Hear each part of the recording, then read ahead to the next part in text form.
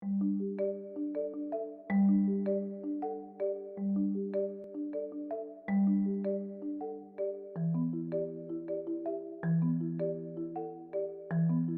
your kidney is still in the process, right? And what's happening? Well, we've got to talk about how I got kidney disease. Yeah, that's right. Yeah. Okay, because it all comes from. At the moment, I'm on dialysis every night. Okay, for 10 hours every night when I go to bed, I'm on a dialysis machine. But 20 years ago, I had 4 bone marrow transplants for leukemia. And those 4 transplants failed. But the drugs they gave me to manage the transplants and all of the problems that came after them, those drugs destroyed my kidneys over the last 20 years, which is how I've got kidney disease. I got cured of leukemia, but I cured myself. Well, God cured me. Depends on which way you want to talk about it. But I asked the universe, the creator, the source, or God to cure me because the 4 bone marrow transplants had all failed. And prior to the transplants, I'd had 8 types of chemotherapy, 4 types of radiation therapy, 42 blood transfusions, and I'd been sick for 11 years. So for the last 20 years, I've had no leukemia, but because of all of the treatments they've given me, I have several diseases that have to be managed by drugs. And the drugs they gave me diabetes and kidney failure.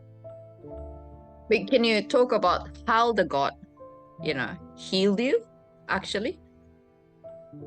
Well, what happened is I had the first bone marrow transplant I had, which was at St. Vincent's Hospital in Sydney.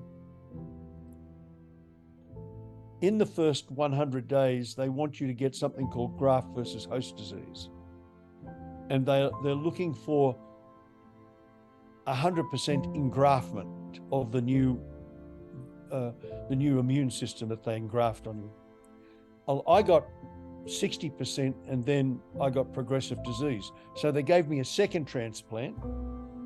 And again, I only got 60%, then progressive disease. So they gave me a third transplant and I only got 50% and progressive disease. So they gave me, so those first 3 had absolutely failed. They gave me the 4th transplant. And the doctor said to me, look, I don't think that this transplant's going to work either, but we might get you another 18 months of life, which will make you sensitive to chemotherapy again, because I'd become refractory to chemotherapy. No chemotherapy worked on me. But he said, with this 4th transplant, we might make you sensitive enough that we can give you more chemotherapy, and we might be able to get you another 18 months of life. When I left that transplant session, I was driving home in my car, and I stopped my car about 2 kilometers from the hospital, pulled to the side of the road. It was the middle of summer. And I'm holding onto my steering wheel, and I just went, God, I am sick of this. I haven't been through all of this pain to die now. I call back all my energy. I call back all my life force. I call back all my denied parts, all my denied emotions. I call them back to me, and I want to be healed right now. Actually, there were a lot of swear words in all of that as well. I was swearing at God. And at that very moment in time, sitting in my car, parked on the side of the road with my hands on the steering wheel, my body started to shake all over. I really started to get really hot. And then it was like somebody had got a hose of white light that went straight through the top of my head down through my spine and into the ground. And my body was sort of wriggling like it was a fire hose full of water. My body was shaking all over. And then all of these guttural noises started to come out of my mouth. And it was like all of the held emotions and all the negativity was coming out as sound. And there I was sitting in my car going, oh, and then I thought in my mind, people are going to drive by and think I'm mad, or they're going to think I'm on drugs. And I realized I was on a lot of very powerful drugs at the time. Mm-hmm. And I thought in my mind, is this the drugs or has something happened? But I felt like something had happened.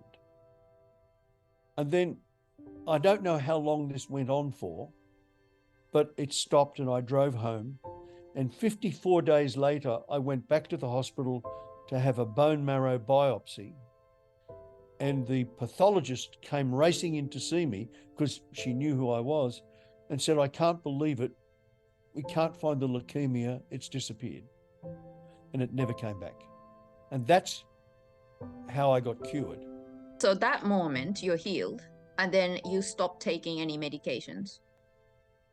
Well, no, I was, as a result of the transplants, I had graft versus host disease, diabetes, and kidney failure because of all the drugs they gave me. So I was taking medications for all of those things, but trying to wean myself off them.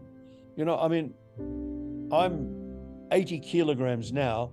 At that time, I was 110 kilograms. I was full of fluid from all of these drugs. I was very unhealthy.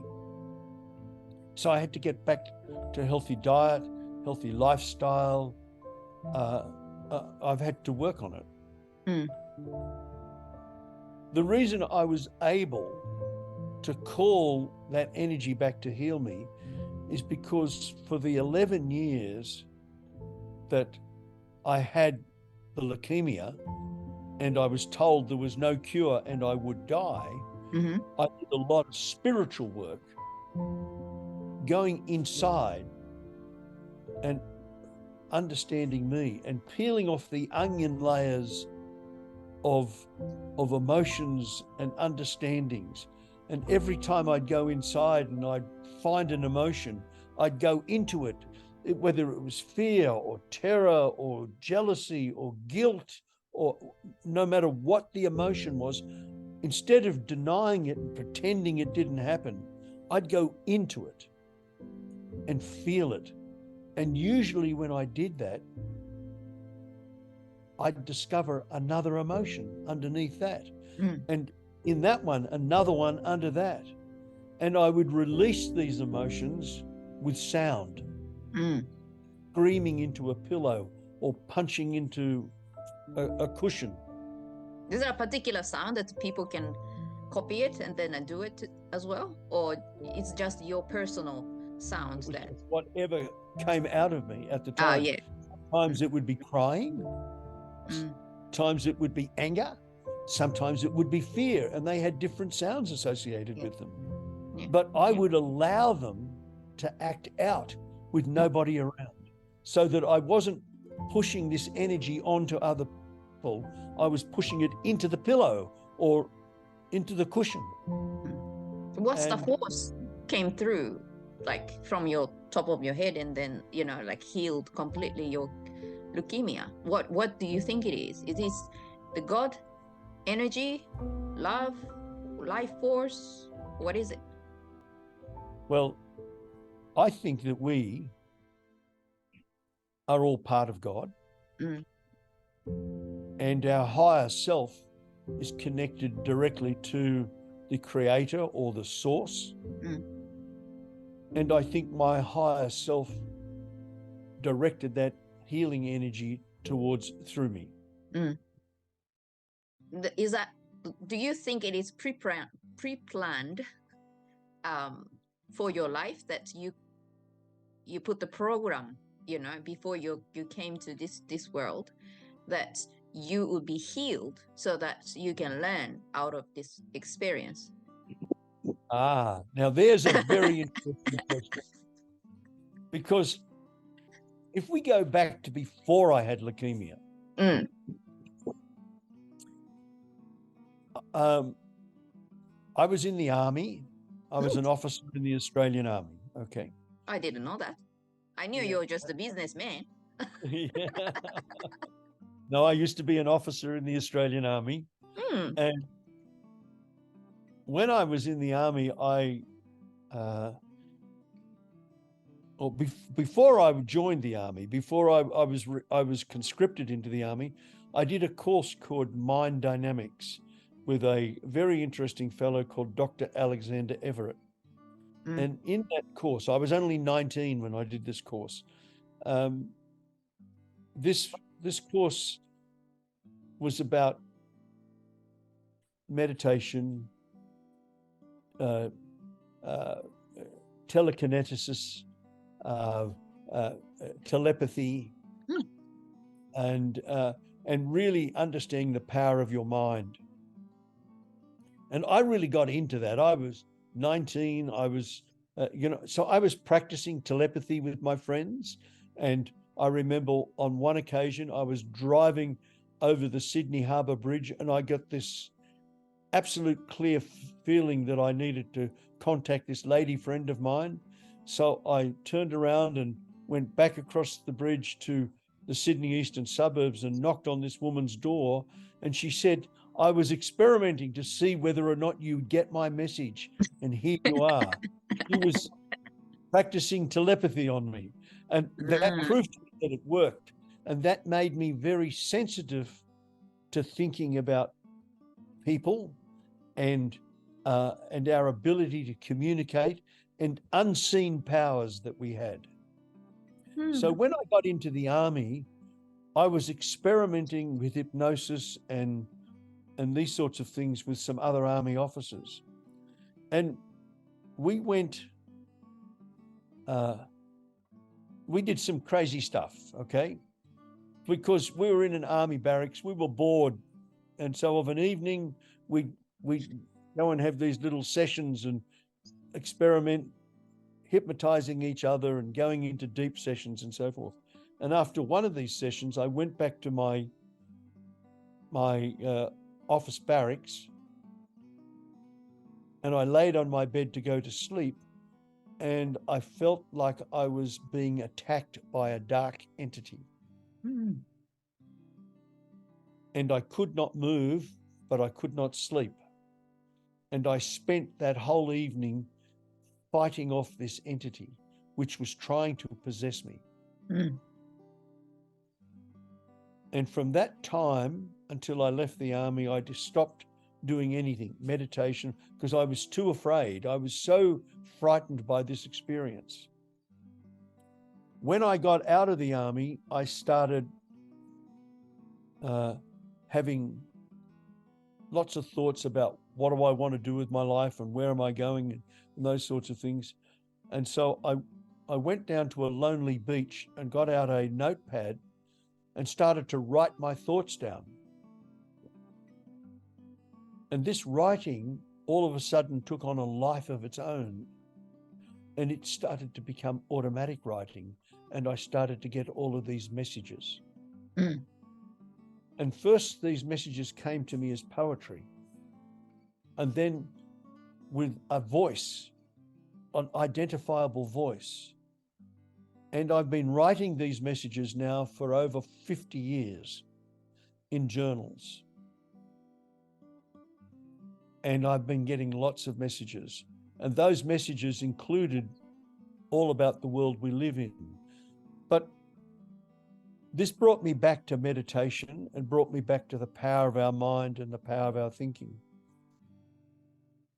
And so,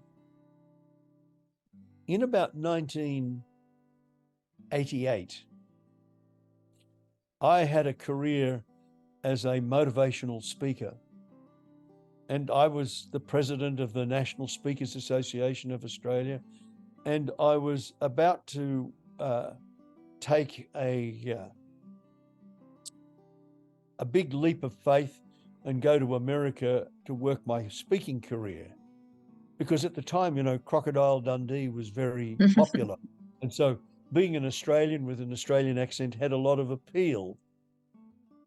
And I'd already taken a group of speakers to the American Speakers Convention, made lots of contacts, and I could see a bright future for me. So I'm sitting in my study in Sydney, meditating one afternoon about 3 o'clock in the afternoon. And suddenly I get a visitation. And this visitation is two etheric blue beings, very blue, and they came to me. So while you're doing the meditation, you're not sleeping? I'm not asleep. I was wide awake, but okay. in a meditative state. And it was a bit frightening to start with, but they looked identical. There was a pair of them, and they looked like identical twins. And I said, why do you look like that? And they said, well, we don't want to show you our true form because it may scare you. So we thought we'd show you ourselves in a form which is acceptable to you. And they said, we have a message for you. We'd like to take you on a journey. Are you willing to come with us? And I felt safe with them, and I said yes. And at that very moment in time, my consciousness was ripped out of the earth, and I could see myself leaving my house, going through the roof of my house, out of the country and off the planet. It was in the astral body? The whole body as well? Astral body. Astral body. But my awareness was completely aware. And I went in an instantaneous way to another planet with these beings. And then it was a water planet. So we were swimming. I don't know how, I don't even know what form I was. It was just an awareness. We were swimming above their cities, which were full of light and energy and transportation.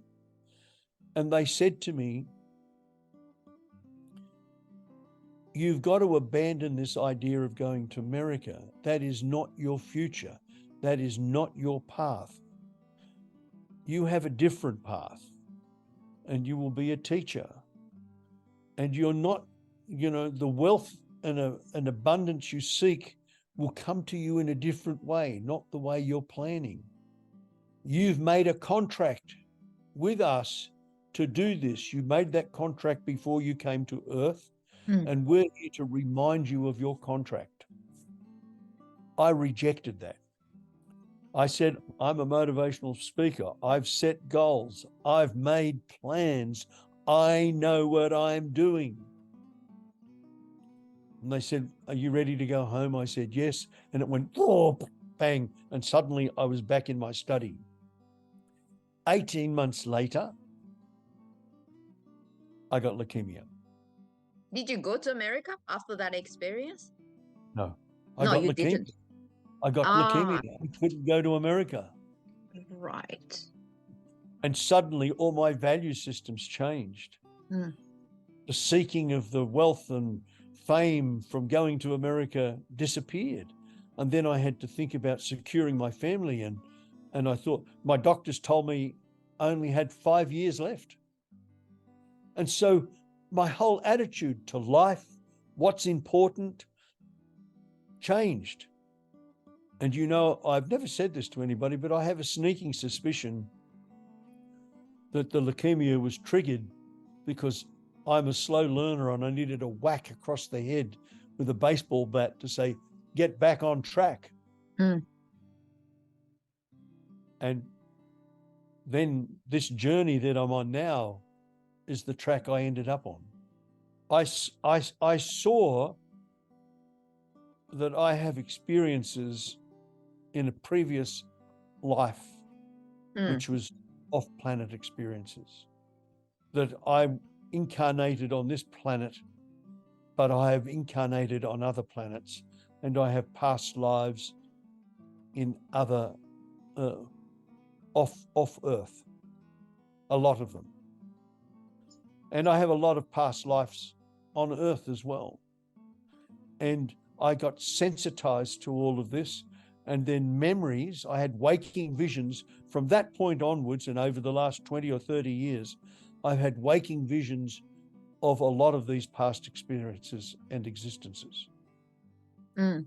The message that I got, that you have a higher purpose and it's not what you think it is now. Mm. And then my automatic writing started to take on a clearer voice, if you like. And then the messages from all of this automatic writing started to become very clear about the circumstances in our world, the changes that are coming, and the antidote of this infection we have of fear imposed upon us by this third dimensional reality that we've been living in. In other words, that there is a greater vision, there is a greater world, and that we have a much greater power than we believe. So I learnt the power of healing from the leukemia experience. I learnt the power of manifestation from that, because at the time, yes, I earned a good income, but I was not wealthy. You know, I had to learn to manifest enough abundance to secure the future of my family and myself. And I had to find a way to get my message out. So I ended up in businesses that gave me large audiences to speak to. And then I realized I couldn't tell people directly what they wanted to hear. I had to give them subliminal messages to trigger them, to awaken them to their own power. But after being healed by leukemia, with the leukemia, then you didn't go to the spiritual path, right? Like you gone back to the business world, didn't you? I always was on the spiritual path, but I realized that in this third dimensional reality, you have to play the game. So the outward appearance that I gave for a long time was of the conservative business executive. Only the people who got to know me deeply and well understood my spiritual depth. And I only spoke to people who revealed themselves to me. I never was an evangelist. I never tried to push people into any sort of spiritual awakening. But whenever I'd talk to people, those who had ears to hear, eyes to see, and hearts to listen with, they would get it. They would realize I was speaking a much deeper language. And just like I met you in business. You understood that I had a deeper message than just business. That in fact, business was an excuse. The real message was the deep message underneath, which is you are the power. You have done amazing things. And I know it's been a tough journey, but you know, it's a beautiful journey. I watch you blossom. And you know, I do. And it's heartwarming. I wake every morning and I'm grateful. Now, I'm on a dialysis machine every night, but I'm still grateful. I wake up every morning and I say, I have a home over my head. I have food in my refrigerator. I have a nice car. I have some toys. I have a tractor and some motorbikes and things. I have a beautiful family. I have friends. I have a lot of things to be grateful for. When I was really sick, and there's been a number of times that I've been extremely sick, where I was in the intensive care unit of a hospital on a respirating machine, not knowing whether I would wake up each time I fell unconscious. And when you're in that circumstance, that's a near-death experience, when you're so sick that, you know, you lose consciousness. And when you wake up, you go, oh, I'm alive. I want to tell you something. You're not interested in material things. You don't care about your title, your job, the amount of money you've got in the bank, the car you drive, the house you live in, the clothes you wear. None of that is important at all. At all. The only thing is important is the people you love and the legacy you leave. And I'm grateful because I believe I'm leaving a legacy. The real lesson is I got seduced by the third dimensional fear porn. I got seduced by, oh, you know, there's a war in Ukraine and we're going to have a nuclear explosion, and you know, the scenario is crazy, you know, that and they're trying to poison us and kill us. And how do we fight this bureaucracy? How do we fight this cabal? How do we fight this monstrous machine? Well, I got tied up in that. But I've been tied up in that for 30 years because I've known about it for decades. I've always known about that. And I was always fearful of it. You know, the reason I bought a farm out in the middle of the country and, you know, made it self-sustaining, and I have my own bee colony, and I have my own flowers, and I'm self-sustaining. Why? Because for years I knew that there could be a disaster and I had to be able to have a safe place. So I was participating, if you like, in their illusion. They have this illusion of the world we live in and what makes it work, and you've got to have money, and you've got to have, you know, you've got to comply to the law and all of this stuff. And you're sick, so you've got to take these pharmaceuticals, and you've got to see the doctor, and you've got to take this drug, and you've got to take that drug. And when you're compliant with that, what you're doing is giving in to fear. And it's the drugs that destroyed my kidneys. So I'm giving into the fear, and the drugs are destroying my kidneys. Then I realized, and now that they're destroyed, I have to take other drugs to balance off. So the lesson is I forgot the power. The power that cured me of the leukemia is still there, but I forgot to use it on a daily basis.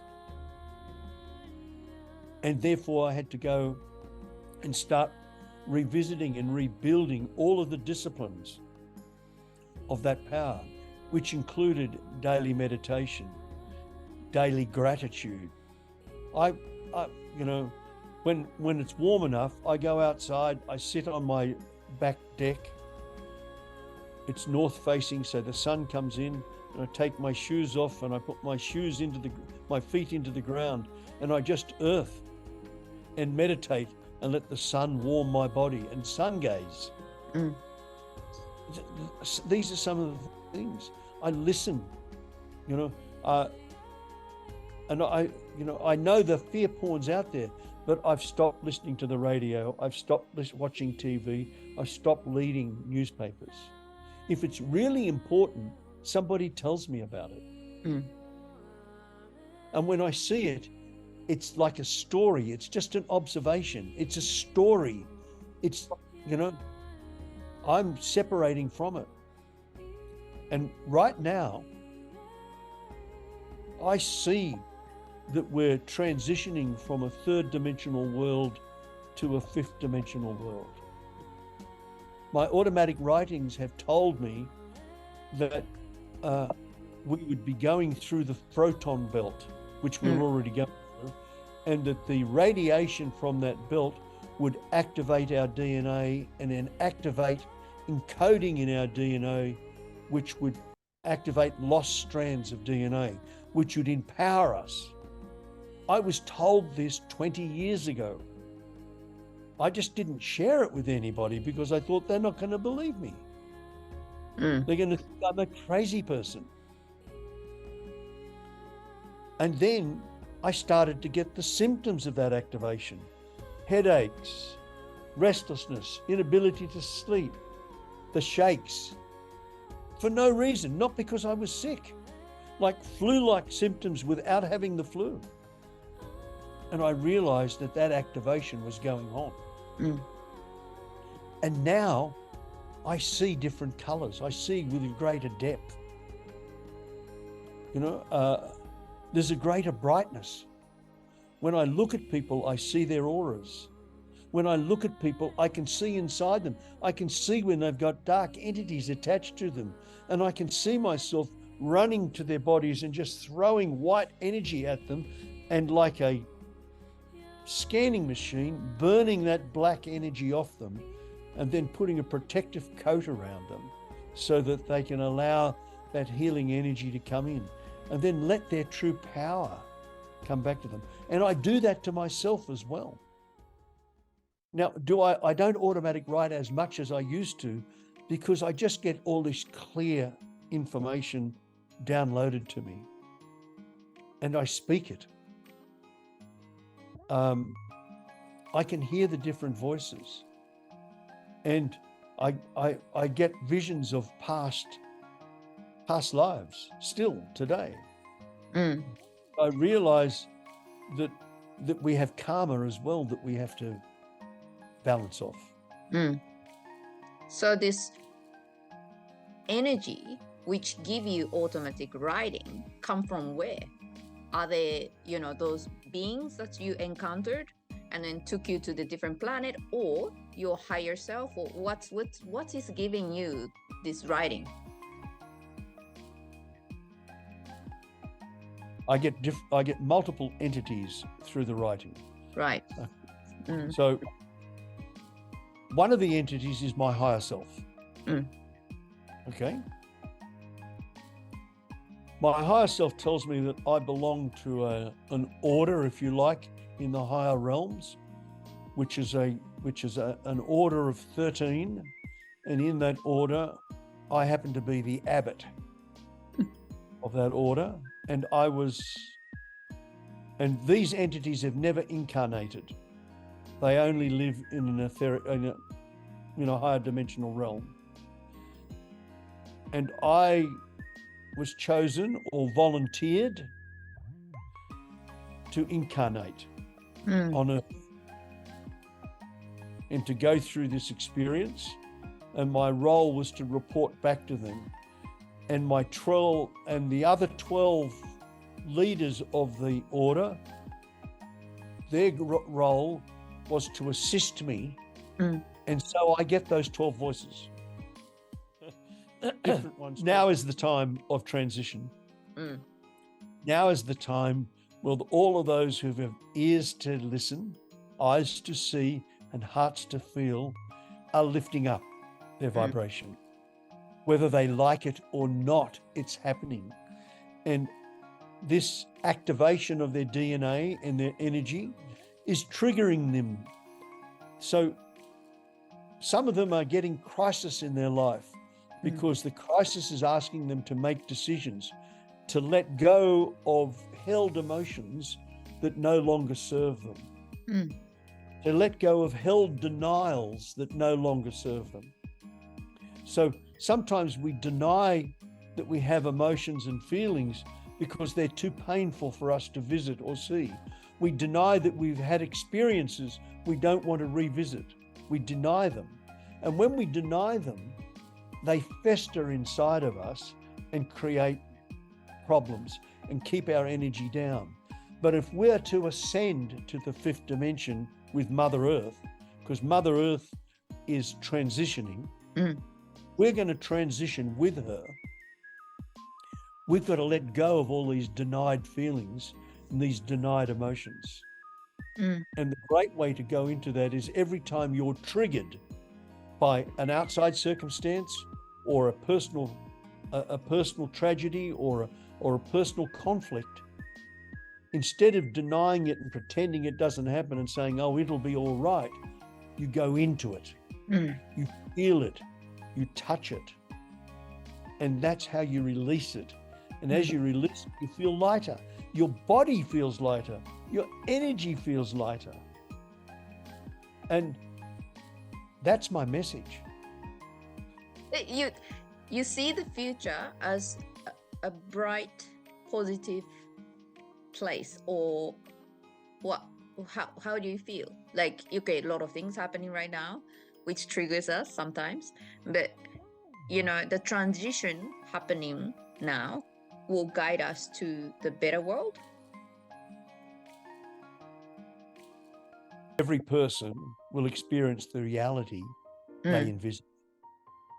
See, the truth is, this world is triggering us. There is trauma everywhere. If there's an earthquake where you live, you can either be killed by the earthquake, traumatized by the earthquake, or miss it. If there's a flood where you live, you can miss the flood, drown in the flood, or have your home destroyed by the flood. What's the difference between whether you're in the right place or the wrong place? Now, some people might say it's just luck. I don't think it is. I think what it is, no matter what's happening around you, if you believe you'll always be safe, you'll always be free, you'll always be clear, then guess what? No matter what happens around you, you'll always be safe. You'll always be clear. The bushfire will miss you. The earthquake will miss you. The war will miss you. It might be happening, but it'll miss you. The rising sea levels will miss you. The drought will miss you. You might experience the edges of it, but it's just an observation because you're not participating. It's quantum physics. Yeah. You experience what you observe, and you observe what you believe. So you are the master creator of your own reality, and you're creating your reality moment by moment. Eventually, Mother Earth is going to completely transition to the fifth dimension. Some of us will go with her. Some of us will not. Those whose vibration is too dense will live on a dense world, a third dimensional world, with all of the problems it already still has. Because they have yet to learn the lessons to ascend. They've yet to get there. So they're going to have to go through the cycle again. They may have, I don't know how many incarnations they will need. I'm fearful. I think I've had about 200,000. So I'm a slow learner, but I think I'm learning. Certainly, I think that the future world, you can either experience the golden world, a golden age, a great age of humanity, or you can experience Armageddon. Some of us are transitioning. We're in both worlds at the moment. We can see and observe what's happening in the third dimensional world. And yes, to a degree, we're impacted by it, but we're also living in this fourth and fifth dimensional world where it's not touching us. So what's the future look like? Well, your future is in your own hands. That's what I see.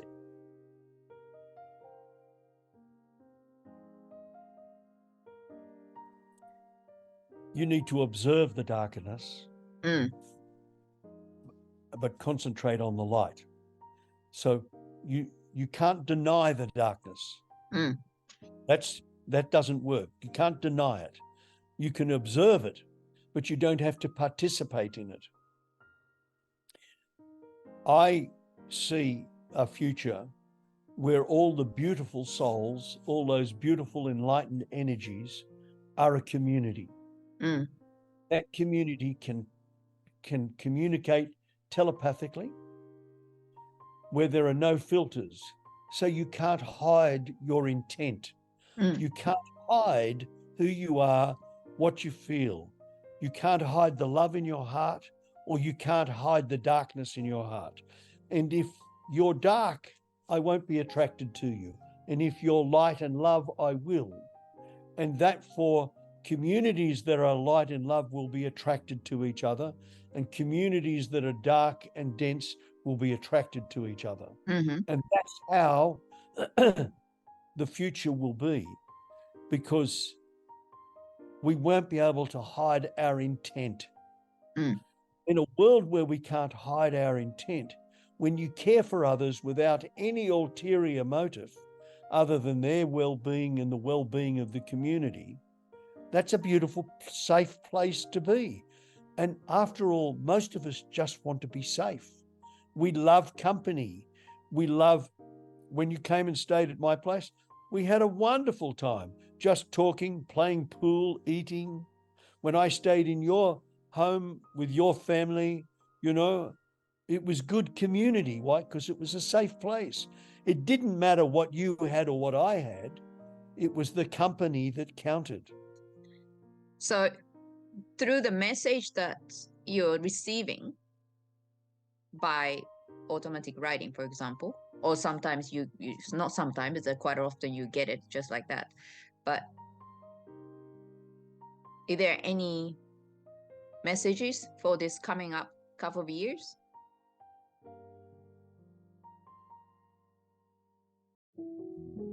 It's a lot of turmoil. These next few years, there's a great deal of turmoil.